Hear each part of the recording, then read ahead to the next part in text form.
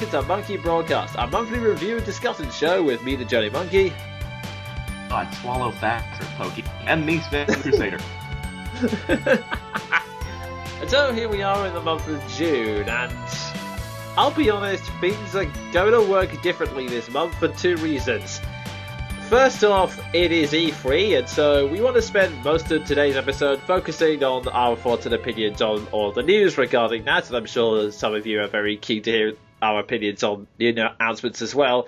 The second is that this month's been kind of crazy, by which I mean me and Sven were taking part in recording a new project, which I was hoping to release to this channel soon, that took a lot of time and energy and organisation. And then straight after that, I spent a week out of the country and there was pretty much no internet access aside from 10 minutes in a very, very slow internet cafe. Hence why there is no Q&A section this week, because I didn't have enough time to get message out so that you could send in questions. So yeah, sorry about that. This month's Monkey Broadcast is going to be short and to the point, hopefully. But we'll find some way to make up for it next month, hopefully. Instead, we'll now move on to the first section. Quickfire reviews! That's right to the point. Like it says in the title, this is where we review everything we've read, watched or played, but within a maximum time limit of 60 seconds. So, yeah, Sven, do you have anything? Yes, actually. I'll see if I can actually sum up the game from what little I've played of it. Elona, a roguelike RPG in the mold of Dwarf Fortress that I can sum up as, oh, sod it, there's no polite way to put this. I can sum it up as insanity. Seriously, guys, this has got to be the only RPG where you can fall in a well and become impregnated with aliens. That is all. Part of me's tempted to ask, but honestly, I just want to move as far away from that topic. And the really twisted part is it's actually kind of fun. Right, I'm just going to move on to my game reviews for this month. I don't blame you, really. Dillian's Rolling Western, a brand new franchise made by Nintendo which you can find in the eShop on the Nintendo 3DS. It's pretty fun. It's kind of an interesting tower defense game set in the Wild West. Well, Wild West if you cute furry animals and one badass armadillo. But whilst it's a fun game, I will say one thing. If you dislike grinding, you're kind of out of luck since it is very repetitive as you get stuck in the same routine for a while. But still, I'd recommend it. It's a great new franchise from Nintendo. That is all. New franchise from Nintendo. Aren't those words supposed to be an impossibility? Well, yes and no. I'll talk more about that when we get to the E3 discussion. And the second game I've been playing recently, Dragon Quest IX, Sentinels of a Starry Sky. Man, that is an overly long title. A traditional RPG for the DS, which is actually a lot of fun. It's got a very decent balance between difficulty, grinding, and, well, actually being fun. It also has a nice variety of classes and a lot of room for roleplay, seeing as how you can basically create every single one of your party members. Which is fun. I haven't beaten the game yet since I only rented it for about 2 weeks, but at the same time, I'm definitely going to try and get my own full copy, and who knows, maybe I'll do a talk through of it sometime in the future. I would love to attend that, because that game sounds fun. Yep. In fact, I think that game was actually brought up to me in a Skype call once. And to wrap things off, Manga! Naruto is finally wrapping up the whole dead body soldier army thing and the Sasuke Uchiha battle, so hopefully it'll lead on to something good, like, you know, that whole battle with Tobi you haven't finished yet. Fairy Tail, it's alright, except there'll be many chapters where it introduces a challenge and then solves it in 3 panels, no, I'm not kidding. And last but not least, Bleach! There is now an invasion of the Soul Society, which is pretty much an excuse for Kubo to create new characters and then kill them off in literally 2 pages and then expect us to feel sorry for them. You know, Kubo, whenever people were saying it was unrealistic to have so many major characters live while you just murder the villains like a plague, I don't think you took it the right way. no, like I said, they're all people who were just introduced in the same chapter. They were introduced, then get killed off. It just doesn't have the same impact. I mean, the only one who looks like they might be killed off for real is Kira, and not only was he more of a secondary character, but as many people pointed out, this kind of stuff gets healed within like 5 minutes in Bleach. Yeah. Well, true, but in fairness to that, I do suppose no one is around for miles because there's an invading Nazi, oh, don't kid yourself, they're Nazis. There's an invading Nazi army abound. That is true. But still, I admit I was kind of intrigued by the novelty that he actually did kill off a protagonist in the first Lieutenant, but This is starting to get a bit ridiculous. Because to me it seems like he's just saying, okay, you got what you asked for, I'm killing off characters, now can you please shut up and let me get back to my bull now, thank you. It also doesn't help that in this most recent chapter, within like 2 pages, they've just set up, oh, by the way, the captains and lieutenants are all fighting these guys. Oh, Kubo does not learn from his mistakes in the Iran car arc. I think it's even gotten worse, because it's not even like they're setting it up as the climactic final battle of the arc. This is literally the start, and he's already pairing up the new opponents to go up against the captains. Yeah, and something just tells me that the majority of them are gonna get curb stomped right here and now. So, what's the point? Yeah, well, you say curb stomp and you're implying that there is any other type of battle in Bleach. Good point. There are 2 kinds of battles in Bleach. Curb stomps, and long-ass, dragged-out, winded fights that you just get tired of after, oh, I don't know, a year straight. Oh, sigh. Also, you mentioned Fairy Tail just kind of being eh. I'd like to point out that that's not a good sign for any mainstream manga, because for the longest time, Bleach was eh. That is true, and in fact, what makes it even worse is that Naruto, which introduced yet another Sharingan power that traps people in a mental time loop, is somehow the better of those 3. Work that one out. I don't get any of these series. But anyway, that's enough of our miniature rant. It is now time to move on to the big one.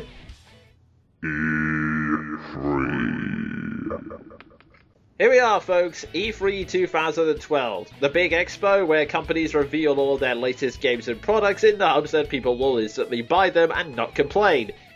Since this is the internet, that never happens, but anyway. Oh yeah, the internet, the home of the unpleasable fan base. So, let's have a look at all the announcements. Obviously, there are 3 main conferences: Sony's main conference, Microsoft conference, and Nintendo's conference. Now, we'll be focusing on each one in turn, although keeping in mind that, like I said, I've been out of the country for a while, and thus I wasn't able to see the conferences live, and as such I've been going on to every single news site I can, trying to cram in every single bit of information and watch as many trailers as I can find. So, if I miss any details, please cut me some slack, but feel free to let me know if there's anything I've missed. Yeah, and me, I never pay attention to E3 unless it's the topic of a discussion, but this week, I almost forgot we were doing the discussion, so I've learned nothing. Because Jonin was out of the country so long, he was quiet, so I totally forgot we were doing this until yesterday. Yeah. Anyway, first off, we're going on to Sony! Sony's conference. Most of it was games people are already aware of, just more elaborations on them, like Assassin's Creed 3, which is, correct me if I'm wrong, it's set during the War of Independence in America, or is it? Yes, the American Revolution, and as I recall, your main character is half British, half Native American, which is an interesting twist. Yeah, And I do know this much too, and this is kind of part amusing, part embarrassing. One of the main characters' ancestors, I presume he's going to be one of those holographic flashbacks, is going to be voiced by the big bad of My Little Pony.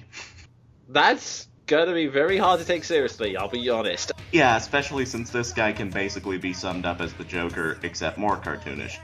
Again, that is gonna be hard to take seriously. Especially for me, since I play the games. Oh dear. Another game that we heard about a few weeks before, but we've been able to elaborate on recently, is PlayStation All-Stars Battle Royale. Yeah, it says a lot, but this is the first time I've heard anything of that. Okay, there's no way of getting around it without mentioning it. Now, before anyone flips, I'm not saying this is an instant detriment, but it's true.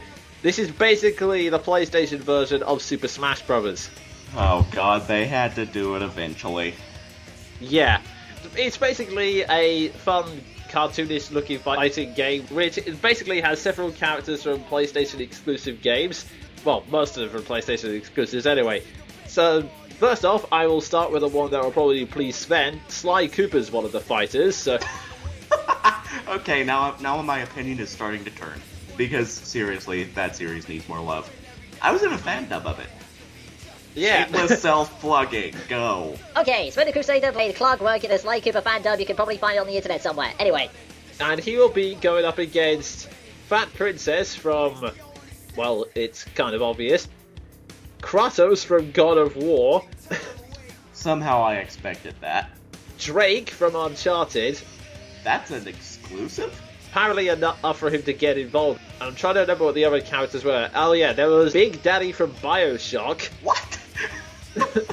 Well, I guess we know who's gonna be the Ganon.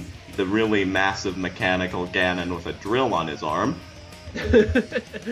And, last but not least, Papa the Rapper. What? I'll say it again, Papa the Rapper. And I'll say it again. What?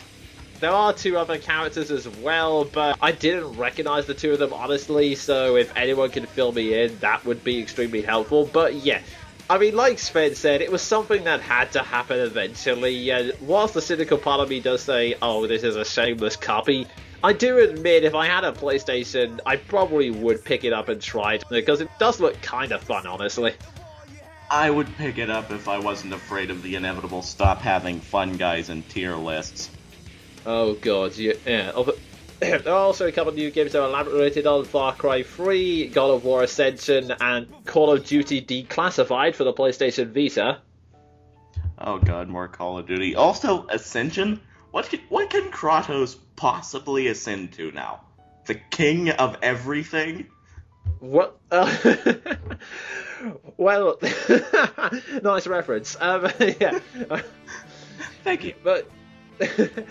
But yeah, I think my knowledge of God of War is a bit sketchy, but if memory serves, he kind of destroyed the world in God of War 3, so he may need to kind of ascend out of that bad spot, but...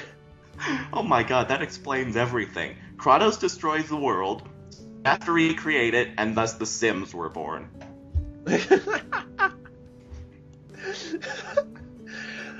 So... Sorry, I had this weird image in my head that Kratos was playing Sims and going, the house should be here. What? Why can't I have this new picture for my walls? And that totally explains why you could be the biggest dick in the world to your Sims. I mean, I really wish I could provide more details, but like I said, I only know bits and pieces of the conference, and to be honest, I'm not really big to any of those series much. There's a game that's being massively hyped up called The Last of Us, which many people like IGN are claiming that this is the game of E3 2012. Unfortunately, I have little to no details of it, apart from the fact that it was made by Naughty Dog. Okay, they made Crash Bandicoot, so that might not be a bad thing. No, Sven, not on Wikipedia, not Naughty God. Oh, that's what they made! Uncharted! Oh, that makes sense now! That's why this is being hyped. Anyway. I totally forgot they did that. Oh dear. Two more items to cover because I just suddenly remembered one. First off, since every single conference had to have some kind of new hardware to show off, Sony introduced Wonderbook, which puts a physical book in your hands. From what I understand, it's a piece of technology that it's kind of like Kindle, but apparently it can interact with the PlayStation Move as well. I'm not 100% sure how it works, but... What? So now, it can interact with PlayStation Move. So you can act out a Song of Ice and Fire on your PS3, well, waving around like a moron, trying to imitate the sword battles. Actually, I'm just reading this sentence trying to make sense of it.